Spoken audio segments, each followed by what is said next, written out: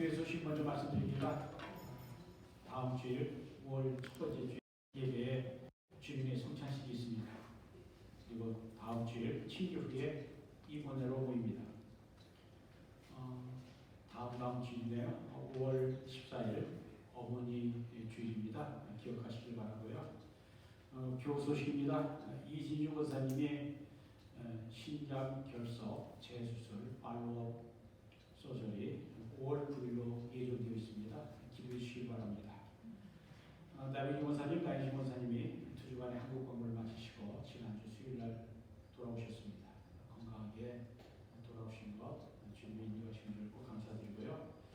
최학기 집사님, 김영자 집사님이 3주 동안 다음 주부터 3주 동안 텍사스에 사는 딸 집을 방문하십니다. 잘 다녀오시길 바라고요. 그리고 올해 방문한 리더, 오늘 방문한 분을 소개합니다. 김예은이라고 한국에서 온 교환학생, exchange student from Korea, 미국인 가정에 잠시 지내는 것 같은데 에이본스 가정에 지내는 것 같습니다. 네 분이 나오셨는데 이름은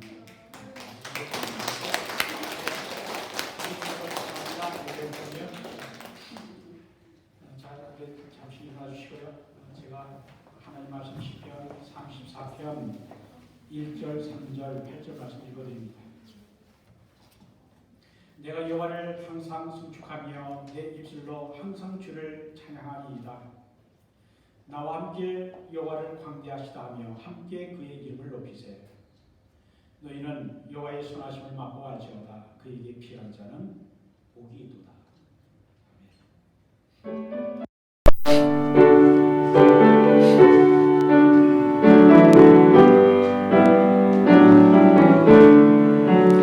This is my story, this is my song, praising my all the day long. This is my story, this is my song, praising my Savior all the day long. 이곳이 나의 간증이요, 이곳이 나의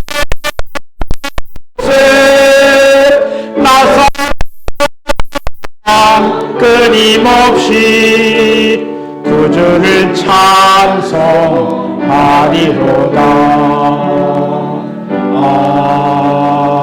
아멘. We are going to confess our faith with the Apostles' Creed. 우리가 사도신경으로 우리의 신앙을 고백합니다.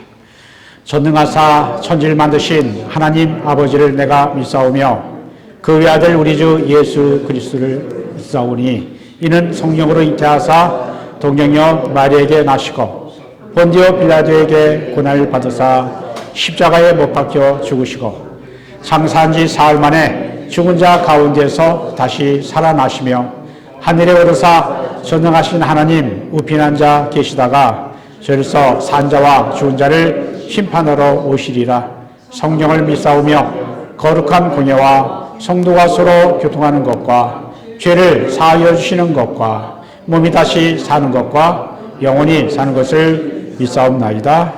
아멘. 자리에 앉으셔서 하나님께 찬양 올려드립니다. You may be.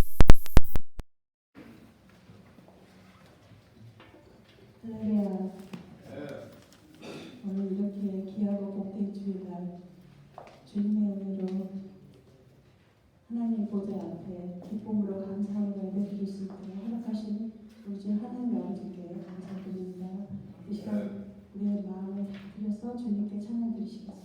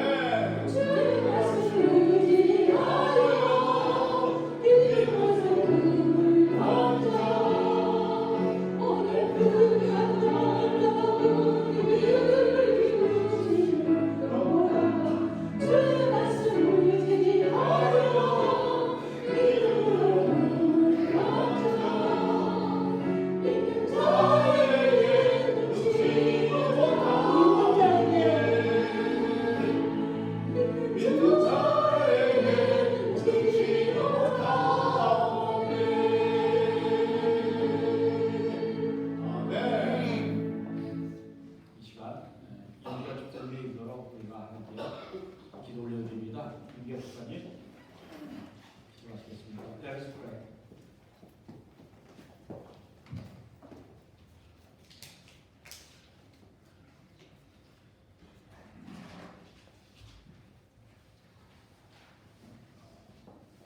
다 같이 기도하겠습니다.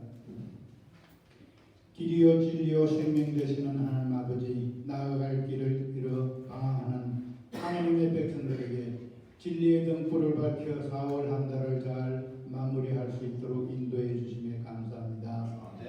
자연의 법칙에 따라 흘러가는 세월의 모든 시간들이 하나님이 계획하시고 운행하시는 하나님의 섭리에 따라 이루어진다는 사실에 감사와 찬송과 영광을 올려드립니다. 진리의 조명 아래 항상 진리의 하나님만을 사모하며 찬양하고 경외하는 삶이 되기를 간구합니다. 오직 하나님만을 신뢰하며 의지하는 하나님의 자녀가 되기를 간절히 소망합니다.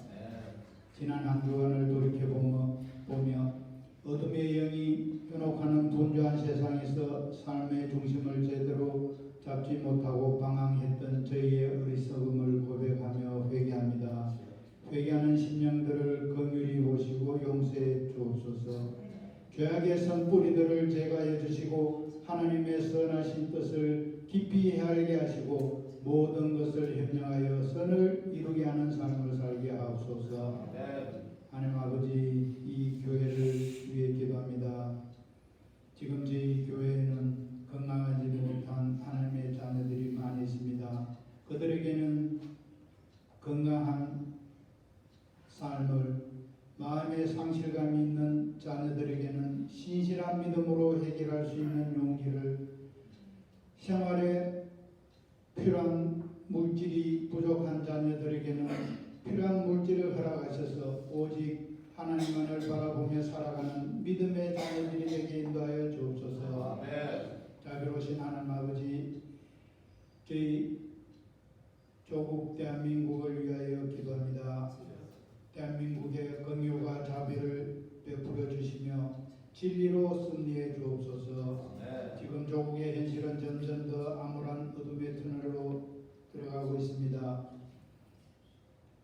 오직 하나님의 뜻으로 꼬인 부분을 잘라내어 권선징악이 과감히 실현되는 세상이 되게 하여 주옵소서. 진영 논리에 편성하여 너무나 우리가 이해할 수 없는 수사가 이루어지거나 판결이 이루어지는 여러 사람들, 법조인들도 양심의 재판에 회부하여 올바른 법 집행을 행하게 하여 주옵소서. 아울러 조국이 처한 현실을 기도합니다. 오히려 미국 언론이 한국을 걱정할 정도로 현재 한국 언론의 보도가 심각하게 왜곡되고 있습니다. 언론에 종사하는 모든 사람이 언론 본연의 임무에 충실하여 정직한 보도를 할 수 있도록 하여 주옵소서. 오직 정의의 편에 서서 진실만을 보도하게 하시고 하나님께서는 정직한 자들에게는 허감 중에 빛이 일어나나니 그는 자비롭고 긍휼이 많으며 어려운 이로다라고 하셨으니 부디 진실이 지배하는 세상이 되게 하여 주시기를 간절히 기도드립니다. 오늘 목사님이 하나님의 말씀을 전하실 때 이를 듣는 모든 성도들에게 하나님이여 내 속에 정한 마음을 창조하시고 내 안에 정직한 영을 새롭게 하소서라는 하나님의 말씀이 우리 마음속에 깊이 자리 잡아 새로운 한 주간을 힘차게 살아갈 수 있는 용기를 허락하여 주옵소서. 아름다운 찬양으로 하나님께 영광 올리는 찬양대와 중창단, 보이지 않는 곳에서 교회와 예배를 위해 수고하며 봉사하고 헌신하시는 모든 손길들에게 하늘의 신령한 복과 땅의 기름진 열매들을 풍성히 내려받게 하옵소서. 오늘도 살아 역사하시는 우리 주 예수 그리스도의 이름으로 기도합니다. 아멘.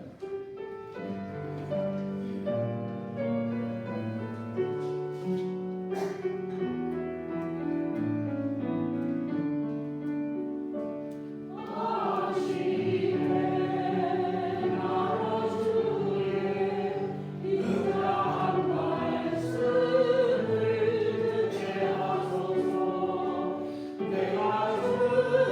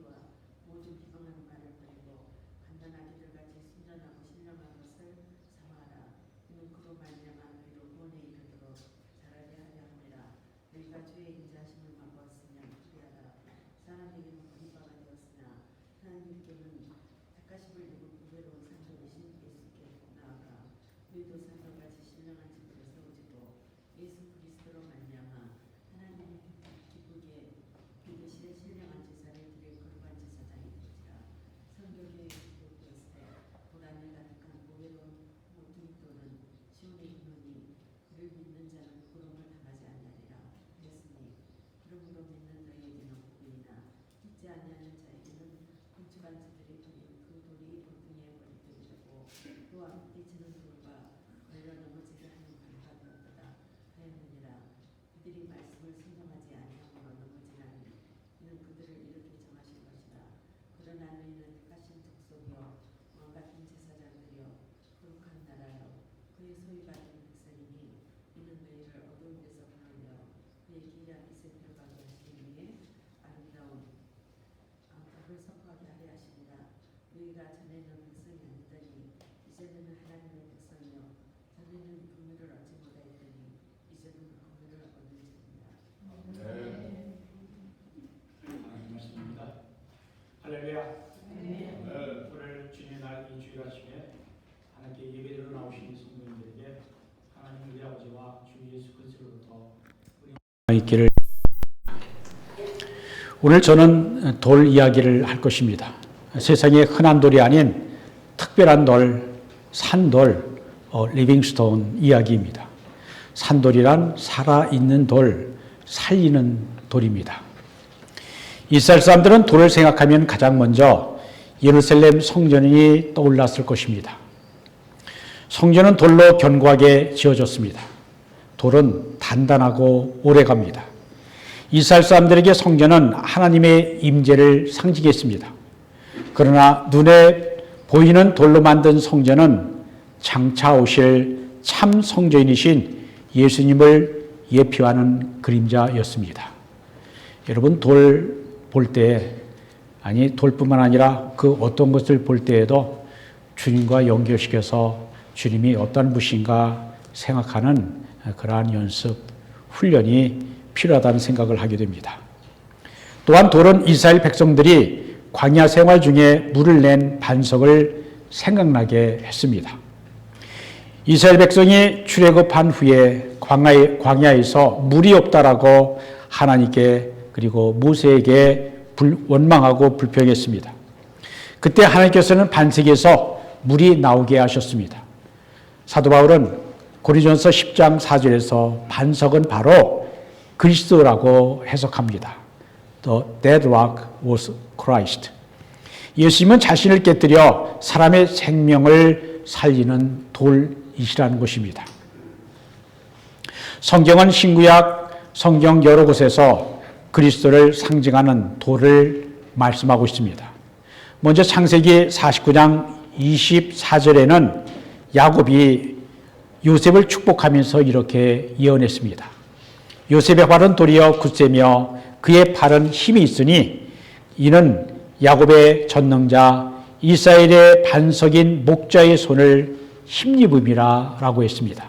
이 말은 하나님께로부터 이스라엘의 돌, 구원자, 목자가 나오신다라는 예언입니다. 이사야 선지자는 이사야 26장 16절에서 말씀을 합니다.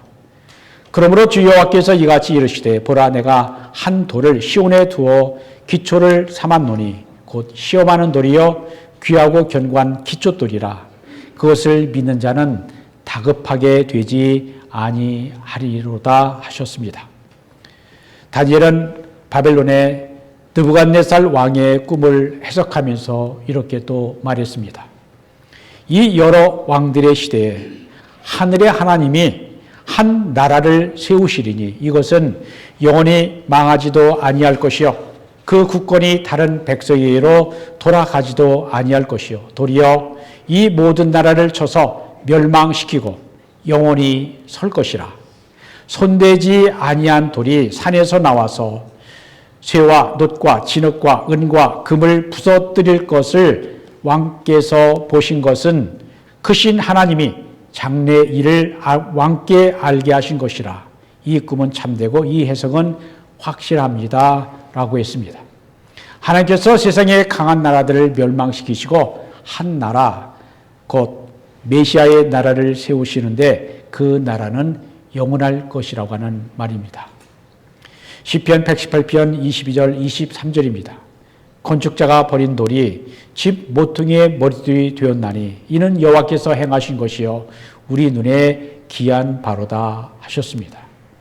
예수께서는 이 시편 118편 22절의 말씀을 자신에게서 성취될 것이라고 복음서에서 여러 번 말씀하셨습니다. 베드로는 사도행전 4장 11절에서 시편 118편 22절을 인용하여 말합니다. 이 예수는 너희 건축자들의 버린 돌로서 집 모퉁이의 머릿돌이 되었느니라. 여기에서 너희 건축자들이란 유대 종교 지도자를 말하고 그들이 예수를 버렸고 십자가에 못 박아 죽였지만 하나님께서 하나님의 집 모퉁이의 머릿돌이 되게 하셨다라는 것입니다. 바울은 에베소서 2장 20절로 22절에서 모퉁이돌 이야기를 합니다. 너희는 사도들과 선자들의 터 위에 세우심을 입은 자라. 그리스도 예수께서 친히 모퉁이돌이 되셨느니라.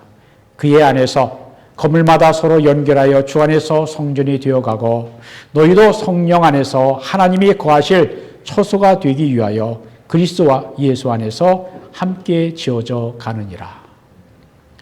바울은 또한 로마서 9장 32절로 33절에서 이렇게 말씀을 합니다. 동족인 이스라엘에게 한 말입니다. 어찌 그리하냐? 이는 그들이 이스라엘이 믿음에 의지하지 않고 행위를 의지함이라. 부딪힐 돌에 부딪혔느니라. 기록된 바 보라 내가 걸림돌과 거치는 바위를 시온에 두노니 그를 믿는 자는 부끄러움을 당하지 아니하리라 함과 같으니라 했습니다. 베드로는 오늘 본문에서 예수님을 산돌이라 리빙스톤이라 말합니다. 4절에 사람에게는 버림바 되었으나 하나님께는 택하심을 입은 보배로운 산돌이신 예수께 나오라 하십니다. 예수님은 사람들에게는 거부를 당하셨으나 하나님께는 택하심을 받은 보배로운 산돌이시라는 것입니다. 베드로는 또한 오늘 본문 6절로 8절에서 모퉁이 돌에 대해 말합니다. 성경에 기록되었으되 보라 내가 택한 보배로운 모퉁이 돌을 시온에 두노니 그를 믿는 자는 부끄러움을 당하지 아니하리라 하였으니 그러므로 믿는 너희에게는 보배이나 믿지 아니하는 자에게는 건축자들이 버린 그 돌이 모퉁이의 머릿돌이 되고 또한 부딪히는 돌과 걸려 넘어지게 하는 바위가 되었다 하였느니라. 그들이 말씀을 순종하지 아니하므로 넘어지나니 이는 그들이 이렇게 정하신 것이라. 여기에서 성경에 기록되었을 때라는 말은 구약 성경에 기록된 하나님의 말씀을 인용하여 말한다라는 것입니다. 성경은 예수님을 모퉁이 돌, 산돌이라고 말씀합니다. 예수님은 믿는 자들에게는 생명을 주십니다. 반면에 예수님을 거부하고 믿지 아니한 자들에게는 예수님은 걸려 넘어지는 바위라는 것입니다. 왜 베드로는 예수님을 산돌이요 모퉁이 돌이라고 했을까요? 이것은 성경에 예언된 말씀이 자신의 삶에 그대로 적용된 경험을 고백한 것입니다. 베드로는 본래 이름은 시몬이었는데 예수님께서 돌, 바위, 반석 베드로라고 새로운 이름을 지어주었습니다. 마태복음 16장 18절입니다. 너는 베드로라 내가 이 반석 위에 내 교회를 세우리니 음부의 권세가 이기지 못하리라 하셨습니다. 하나님 나라의 하나의 돌이었던 베드로는 교회의 진정한 반석, 진정한 인생의 반석이 누구인지를 말씀하고 있습니다. 예수님은 보배로운 돌, 산돌, 구원의 반석이시라는 것입니다. 베드로는 원래 어부였으나 예수님이 그를 사람을 낚는 어부로 부르신 후 3년 동안 천국과 하나님 말씀을 배웠습니다. 그러나 예수님의 십자가를 앞두고 그는 자기 목숨을 잃 것이 두려워 예수님을 모른다라고 3번이나 부인했습니다. 그러나 그 부활하신 예수님께서 갈릴리 바다까지 찾아오셔서 그를 회복하신 후에 내 양을 먹이라고 하는 사명을 주었고 결국 네로 황제가 박해하는 로마로 돌아가서 십자가의 거꾸로 달려 순교하기까지 예수는 산돌이요 모퉁이 머릿돌이라고 당당히 증언하는 산증인 충성된 증인이 되었습니다. 입으로 예수님을 부인했던 베드로는 말과 신앙과 행동이 일치하는 진실한 믿음의 사람으로 변화되었던 것입니다. 우리가 산돌이신 예수님을 믿고 구원을 받고 영원한 생명을 약속받은 것은 세상의 무엇과도 바꿀 수 없는 참으로 감사한 일입니다. 보배로운 산돌이여 모퉁이 머릿돌이 되시는 예수님은 우리에게 세상의 일시적인 만족감과는 비교할 수 없는 영원한 기쁨과 행복입니다. 예수님은 우리의 삶을 변화시키시고 영원한 기쁨을 주시고 소망을 주십니다. 예수님은 지금도 살아계시고 영원히 살아계신 하나님이여 생명을 주시는 분이여 믿는 자들에게 영생을 주시는 분이십니다. 우리가 감당하기 어려운 문제가 있으면 예수님께로 나와야 합니다. 그리고 예수님께 도움을 구해야 합니다. 예수님 제가 힘듭니다. 도와주세요. 그러면 예수님께서 은혜 주시고 감당한 능력을 주십니다. 그런데 베드로는 우리가 예수님 앞에 나올 때 버려야 할 것이 있고 사모해야 할 것이 있다라고 말씀합니다. 먼저 버려야 할 것은 1절에 모든 악독과 모든 기만과 외식과 시기와 모든 비방하는 말들은 버려야 한다고 말합니다. 우리가 하나님 앞에 나아가기 위해서는 먼저 모든 악독, 기만, 외식, 시기, 비방하는 말들을 버려야 합니다. 악독이란 메리스란 남을 해치려고 하는 여러 가지 악한 마음을 말합니다. 기만, 디시트라고 하는 것은 어떠한 목적을 달성하기 위해 남에게 거짓말을 하는 것입니다. 기만은 남을 속이는 것입니다. 그리고 외식, 히포크리시란 가면을 쓰고 연극한 것을 말합니다. 예수님 당시 서기관들과 바리새인들은 외식하는 사람들이라고 주님께로부터 엄한 책망을 받았습니다. 시기, envy는 남이 잘된 것을 질투하는 것을 말합니다. 비방하는 말, 슬렌더는 앞에서 정정당당하지 못하고 뒤에서 헐뜯고 수군대는 것을 말합니다. 교회에 다니는 사람은 악한 말, 속이는 말, 꾸미는 말, 시기하는 말, 비방하는 말을 하지 않을까요? 어떤 사람은 교회에 유선자가 많아서 교회에 나오기 싫다라고 말합니다. 왜냐하면 교인들이 교회에 있을 때와 세상에 있을 때 말과 행동이 너무나 다르기 때문입니다. 베드로 사도는 그러한 악한 말들을 버릴 뿐만 아니라 순전하고 신령한 젖을 사모해야 한다고 말합니다. 2절 말씀입니다. 갓난 아기들 같이 순전하고 신령한 젖을 사모하라. 순전하고 신령한 젖을 사모하라는 말이 무슨 의미일까요? 순전하고 신령한 젖은 하나님의 말씀을 의미합니다. 우리의 신앙 성장을 위해서는 하나님의 말씀을 사랑하고 갈망해야 합니다. 갓난아이에게 젖은 생명입니다. 갓난아이는 배가 고프면 힘을 다해 엄마의 젖을 빱니다. 갓난아이가 엄마의 젖을 사모하는 것처럼 성도는 하나님의 말씀을 사모해야 한다는 것입니다. 성도 여러분, 하나님의 말씀을 사모하시기 바랍니다. 목마른 사슴이 시냇물을 찾듯이 하나님을 사랑하고 말씀을 사모하고 갈망하시기를 바랍니다. 3절에 너희가 주의 인자하심을 맛봤으면 그리하라 라고 말씀을 하는데 주의 인자하심은 주님의 사랑을 의미합니다. 이것은 하나님의 말씀을 통해 주의 선하심과 사랑을 맛보았으면 말씀을 계속 맛보며 살아야 한다는 것입니다. 항상 말씀을 맛보며 살기 위해서는 말씀의 맛을 아는 것이 중요합니다. 시편 119편 103절은 이렇게 말씀합니다. 주의 말씀의 맛이 내게 어찌 그리 단지요 내 입에 꿀보다 더 달이다. 세상에서 가장 달다고 하는 꿀보다 하나님 말씀이 더 달다라는 것입니다. 4절 말씀입니다. 사람에게는 버림받았으나 하나님께는 택하심을 입은 보배로운 산도이신 예수께 나오라 하십니다. 예수님 당시 유대교 지도자들과 많은 사람들이 예수님을 멸시하고 버렸습니다. 시편 기자는 이렇게 말씀합니다. 건축자가 버린 돌이 집 모퉁이의 머릿돌이 되었나니 이는 여호와께서 행하신 것이요 우리 눈에 기이한 바다. 어리석은 사람들이 정말 소중한 돌의 가치를 몰랐고 아무데도 쓸모없는 돌이라고 버렸다는 것입니다. 그러나 하나님은 그 돌을 버리지 않으셨습니다. 사람들은 예수를 쓸모없다고 외면하고 버렸지만 하나님은 그를 택하사 산 돌이 살리는 돌이 되게 하셨습니다. 하나님은 사람들이 버린 돌을 소중한 모퉁이의 머릿돌이 되게 하셨습니다. 예수님은 보배로운 산 돌이십니다. 산돌 리빙스톤은 생명의 변고함과 영원함을 상징합니다. 부활하신 예수님은 항상 살아있고 지금도 살아계시고 영원히 살아계십니다. 산돌은 사람을 살리는 역할을 합니다. 산돌은 구주 예수 그리스도를 의미합니다.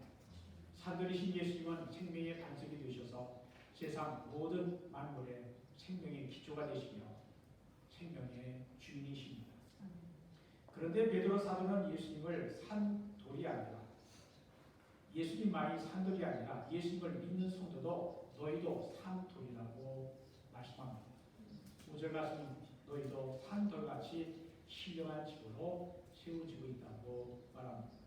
예수님도 산돌이요 그리스도인도 산돌이라는 것입니다.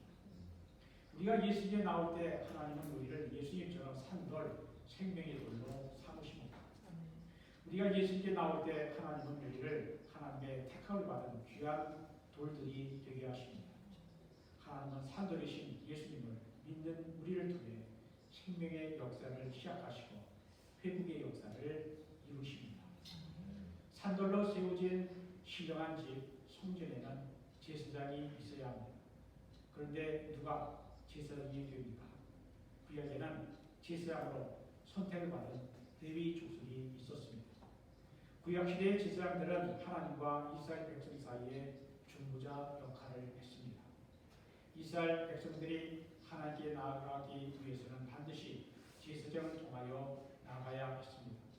1년에 한 번 대속죄일에 대제사장은 자신과 백성들의 죄를 사함받기 위하여 지성소에 들어가 짐승의 피를 제단에 뿌렸습니다. 그러나 오늘날 예수님을 믿는 우리가 제사장입니다. 5절 하반절에 말씀합니다. 예수 그리스도를 말미암아 하나님이 기쁘게 받으실 신령한 제사를 드릴 거룩한 제사장이 될지니라. 이 말씀은 예수님을 믿는 사람은 누구나 제사장으로 하나님 앞으로 나아갈 수 있다는 것입니다. 이제는 레위 제사장이 없어도 하나님께 직접 나아갈 수 있게 되었습니다. 그렇게 만드신 분이 누구입니까? 바로 우리 주 예수 그리스도이십니다. 예수님이 십자가에서 죽으실 때 성전의 휘장이 위에서 아래로 찢어졌습니다. 성전의 지성소와 성소를 가로막고 있던 휘장 커튼이 불로 찢어진 것은 예수님의 몸이 찢기고 죽임을 당한 것을 의미합니다. 우리의 큰 대제사장 되시는 예수님께서 짐승의 피가 아니라 자신의 피를 흘리심으로 우리가 하나님 보좌 앞으로 나갈 수 있게 길을 열어놓으셨습니다. 히브리서 9장 10절은 염소와 송아지의 피로 하지 아니하시고 오직 자기의 피로 영원한 속죄를 이루사 단번에 성수에 들어가셨다라고 말씀을 하고 22절에는 피 흘림이 없은즉 사함이 없느니라고 하셨습니다. 주대교의 성도들은 예수를 믿는다는 것 때문에 사람들로부터 미움을 받았고 버림을 받았습니다. 그러나 베드로는 예수를 믿는 자는 결코 부끄러움을 당하지 아니하리라고 말합니다. 6절입니다. 보라 내가 택한 보배로운 머릿돌을 시온에 두르니 그를 믿는 자는 부끄러움을 당하지 아니하리라 하셨습니다. 예수님을 영접하지 아니하는 사람들은 예수님을 쓸모없는 돌로 여겨 버렸지만 하나님은 예수를 보배로운 모퉁이 머릿돌로 삼으셨습니다. 모퉁이 돌이란 한쪽 구석이 있는 돌이 아니라 중심이 되는 중요한 돌이라는 것입니다. 거부는 기초가 중요합니다. 기초가 튼튼하지 않은 한 집은 바람이 불고 큰 비가 오면 무너집니다. 우리는 영원한 반석이시며 인생의 기초가 되시는 예수 그리스도 위에 신령한 집을 짓는 사람들입니다. 우리가 신령 있는 건축가라면 예수 그리스도 반석 위에 우리의 인생의 집을 지어야 합니다. 그렇지 않고 모래 위에 지으면 그 집은 무너지게 되어 있습니다. 건물은 벽돌 한 장으로 짓는 것이 아닙니다. 여러 개의 벽돌이 서로 맞물려 쌓아질 때 튼튼하고 아름다운 집이 되는 것입니다. 우리들은 모퉁이의 머릿돌이 되시는 주님을 중심으로 세워져가는 돌들입니다. 우리가 산돌이신 예수 그리스도를 중심으로 서로 연결되어 쌓아질 때 어지간해서는 무너지지 않는 튼튼한 교회로 세워지는 것입니다. 가정도 마찬가지입니다. 부부가 한 마음, 한 뜻이 되어야 합니다. 교회도 마찬가지입니다. 아무리 한 사람이 힘써도 절대로 혼자서는 교회를 세울 수 없습니다. 교회의 머리가 되시는 그리스도를 중심으로 여러 지체들이 모여서 각자의 자기 사명을 다할 때 하나님이 기뻐하시는 아름다운 교회가 세워지는 것입니다. 그러므로 우리는 보배로운 모퉁이 돌이신 예수님을 기초로 하여 우리의 인생의 집을 지어야 합니다. 모퉁이의 머릿돌이신 예수님을 중심으로 교회를 세워야 합니다.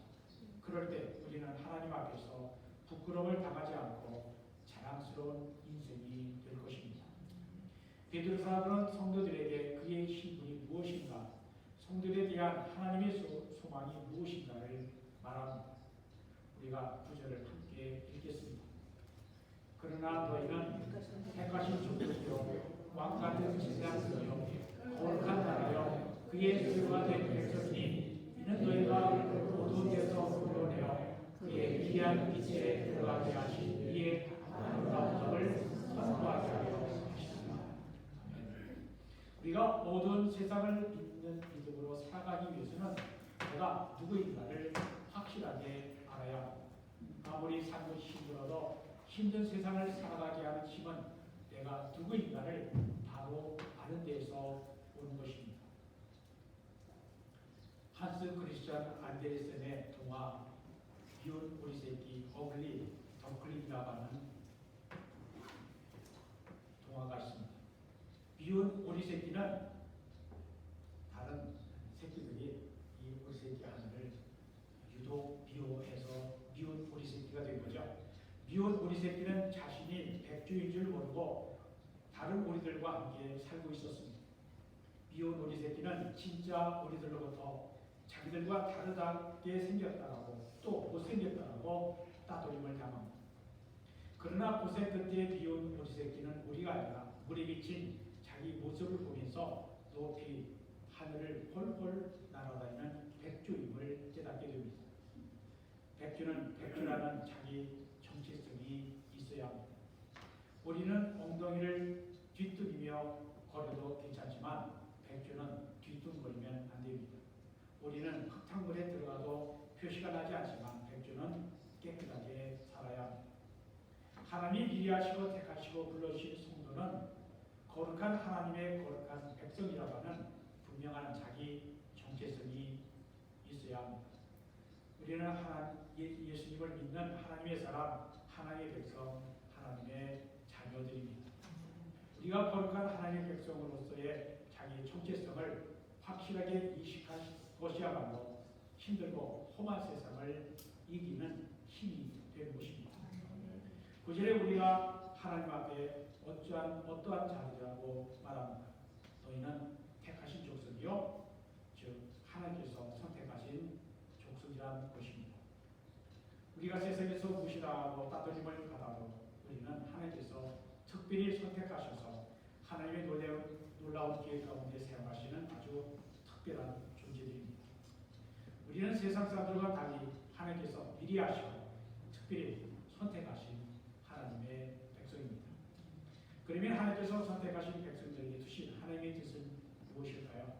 그것은 하나님의 백성들이 왕같은 제사장이요 거룩한 나라요 하나님의 소유된 백성인 것을 알고 그러한 신분에 합당하게 살아가야 하는 것입니다. 왕같은 제사장은 왕이라는 신분과 제사장이라는 신분을 모두 가진 사람을 말합니다.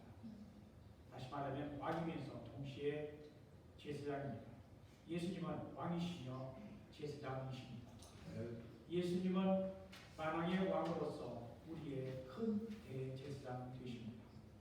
그런데 놀라운 것은 하나님께서 선택하신 하나님의 백성인 우리들을 왕같은 제사장으로 불러주시는 것입니다. 첫째, 왕은 한 나라의 최고의 통치자입니다. 왕보다 높은 지위는 없습니다. 예수께서 온 세상과 우주의 왕으로서 다스리고 계십니다. 하나님이 택하신 백성은 왕같은 제사장으로 불러주신다는 것은 성도들을 온 세상을 다스리는 왕의 영광의 자리에 앉게 하신다는 것입니다. 둘째, 제사장은 죄인들을 위해 속죄 제사를 드리는 사람입니다. 제사장은 하나님의 말씀과 뜻을 백성들에게 가르치는 사람입니다. 인간은 본래 죄 때문에 하나님께 가까이 나아갈 수 없는 존재였습니다. 인간은 거룩하신 하나님을 가까이 할 수 없는 죄인이요 하나님으로부터 멀어진 존재였습니다. 그러나 죄인인 인간과 하나님 사이에 화해의 다리를 도와주는 사람이 제사장입니다. 하나님의 말씀과 뜻을 백성들에게 전하고 백성들의 죄를 용서받아 하나님 앞에 바로 세운 자가 바로 제사장입니다. 죄 많은 인간이 하나님께 나아갈 수 있는 길을 오직 제사장을 통해서만 가능했습니다.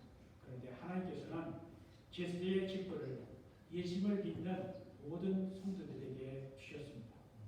성도는 세상에서 버림받고 고난을 당할지라도 성도들은 세상을 구원할 자라 무엇입니다. 이 땅의 소망은 하나님께서 택하신 자들에게 있습니다. 세상의 재물과 높은 지위와 권력은 가진 사람들에 의해 움직이는 것처럼 보이지만 실제로 믿음의 사람 하나님이 택하신 백성들에 의해 이 세상이 운행되고 유지가 된다는 것입니다. 이제 예수님을 믿는 모든 성도들이 제사장입니다. 목사만 제사장이 아니라 모든 성도가 제사장입니다. 그것도 왕같은 제사장입니다. 우리는 모두 그리스도의 제사장직에 연합된 자들이기 때문입니다. 그러므로 성도는 당당해야 합니다. 성도는 사람을 두려워할 것이 아니라 하나님을 두려워해야 합니다. 왕은 당당합니다. 마찬가지로 성도들은 항상 당당하게 불의한 세상을 향하여 주님의 마음과 심장으로 그들을 위해 기도하고 말씀을 가르치고 복음을 전해야 합니다.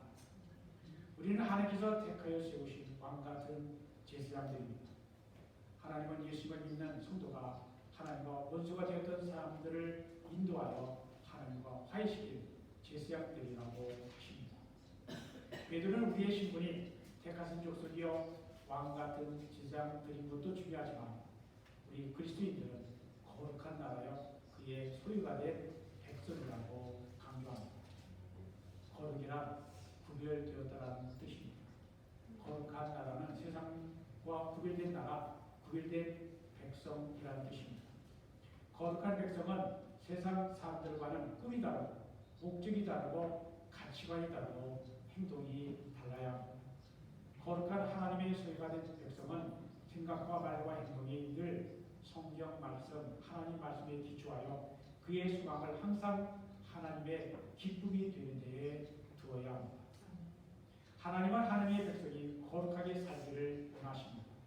당장은 힘들고 어렵고 고통스러울지라도 하나님의 백성은 믿음과 하나님의 택하신 백성이라는 자부심을 가지고 살기를 원하십니다.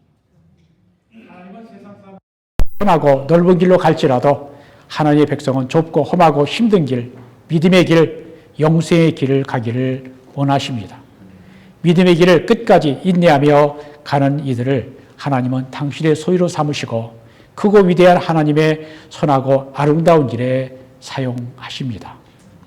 하나님의 택함받은 족속이요 왕같은 제사장 거룩한 나라여 하나님의 소유가 된 백성이 가장 힘써 해야 될 사명이 무엇일까요?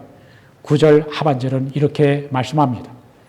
이는 너희를 어두운 데서 불러내어 그의 귀한 빛에 들어가게 하신 이의 아름다운 덕을 선포하게 하려 하심이라.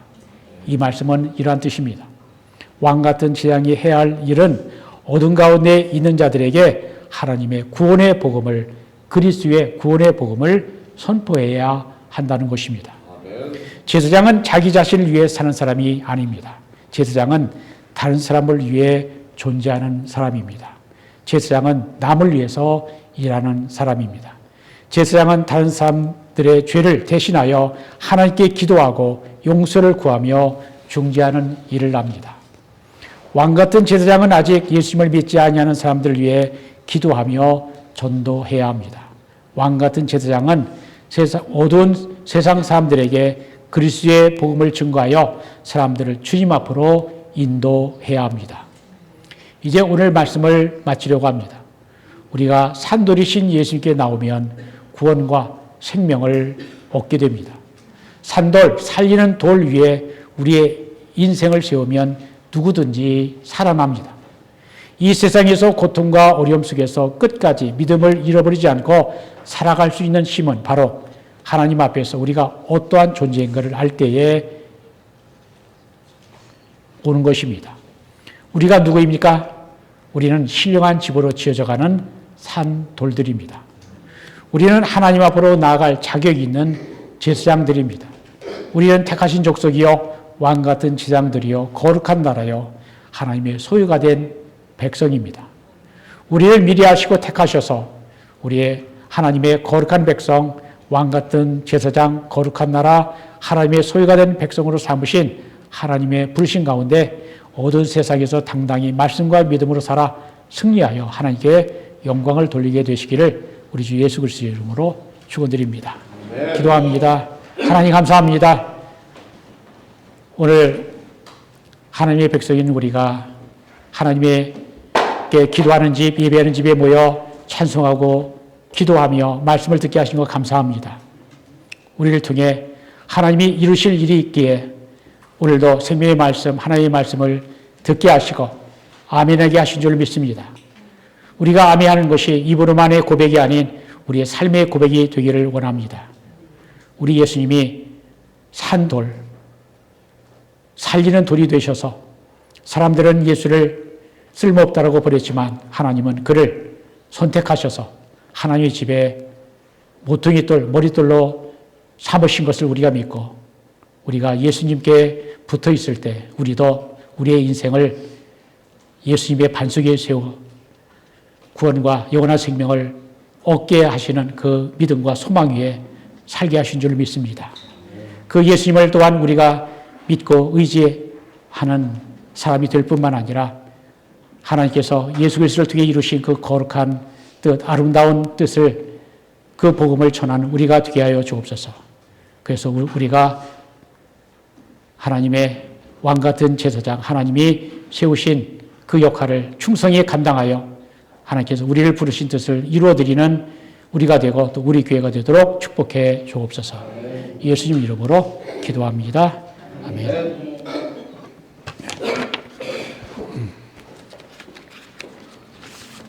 나의 생명 되시는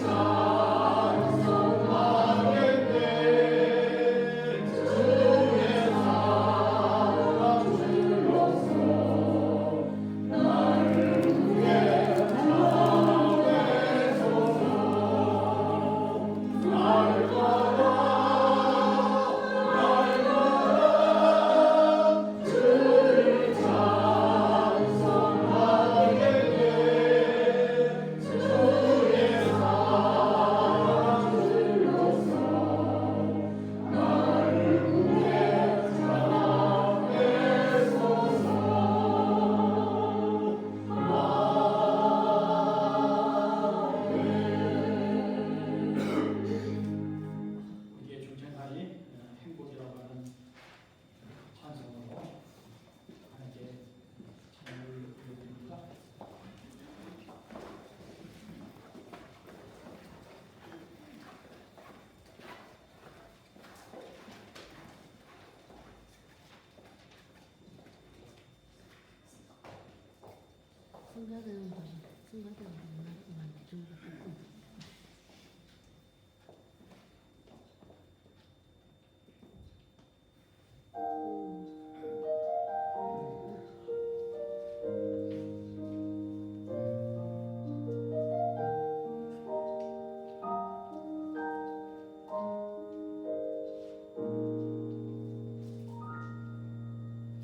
화려하지 않아도 정결하게 사는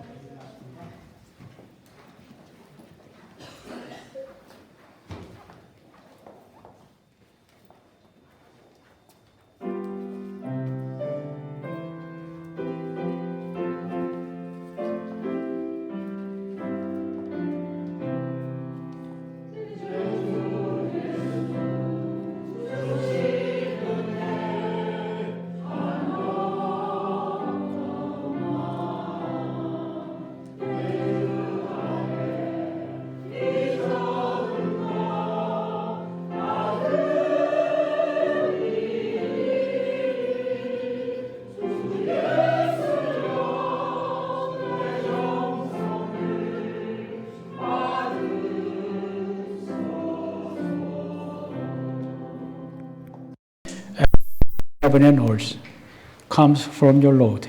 We give you only what is yours. May you be praised forever and ever. 하나님 감사합니다. 오늘도 예배하게 하시고 찬양하게 하신 것 감사합니다. 이 시간 공적인 예배뿐만 아니라 우리의 삶이 예배가 되기를 원합니다. 하나님의 높고 아름다운 이름 높여드리는 우리의 삶이 되도록 축복해 주옵소서. 우리가 세상에 살며 세상 따라가지 아니하고 하나님 말씀대로 살아 하나님께 영광 돌리는 하나님의 자녀로 축복해 주옵소서. 주님, 예배하며 지난 한 주간 되돌아보며 주님의 은혜 감사합니다. 주님의 은혜가 아니었으면 살 수 없는 우리, 예수 그리스도가 아니었으면 구원받을 수 없었던 우리, 산돌이 되셔서 우리를 살리시고 소망 주시며 영원한 나라, 주님의 나라 바라보며 이 힘든 세상, 답답한 세상 그래도 인내하며 믿음으로 살게 하신 거 감사합니다. 결국은 주님께서 이루실 것입니다. 주님께서 성취하실 것입니다. 말씀대로 세우실 것입니다. 주님, 주님의 은혜 기억하고 물질로 예물 드리는 것 주께서 기쁘게 받아 주옵소서. 또한 우리의 시간, 재능, 정성도 사랑도 받으시옵소서. 주님께 드려진 모든 것들 주께서 기쁘게 받으시고 주님의 나라 확장을 위해, 복음의 전파를 위해, 주님의 일을 위해 귀하게 사용하여 주옵소서. 돌아온 한 주와도 주님 동행해 주셔서 주님의 은혜를, 주님의 능력을 찬송하며 살아가도록 인도하시옵소서. 우리가 어디에서 어떠한 삶을 살든지 주님 생각하고 주님의 십자가 붙들고 승리하도록 성령님이 우리를 도우시옵소서. 예수 그리스도 이름으로 축복하며 기도합니다. 아멘. 이제는 우리 주 예수 그리스도의 은혜와 하나님 아버지의 크신 사랑과 성령의 교통하심이 산돌이신 예수 그리스도 말미암아 우리가 영생을 얻었고 또 주님 나라 바라보며 살게 하시는 그 은혜 기억하며 성령님의 인도하심을 구하며 세상에 나가는 주의 사랑하는 백성들을 위해 이제부터 영원토록 함께 하시기를 간절히 축원합니다. The Lord bless you and keep you. The Lord make his face shine upon you and be gracious to you. The Lord turn his face toward you and give you peace. Amen.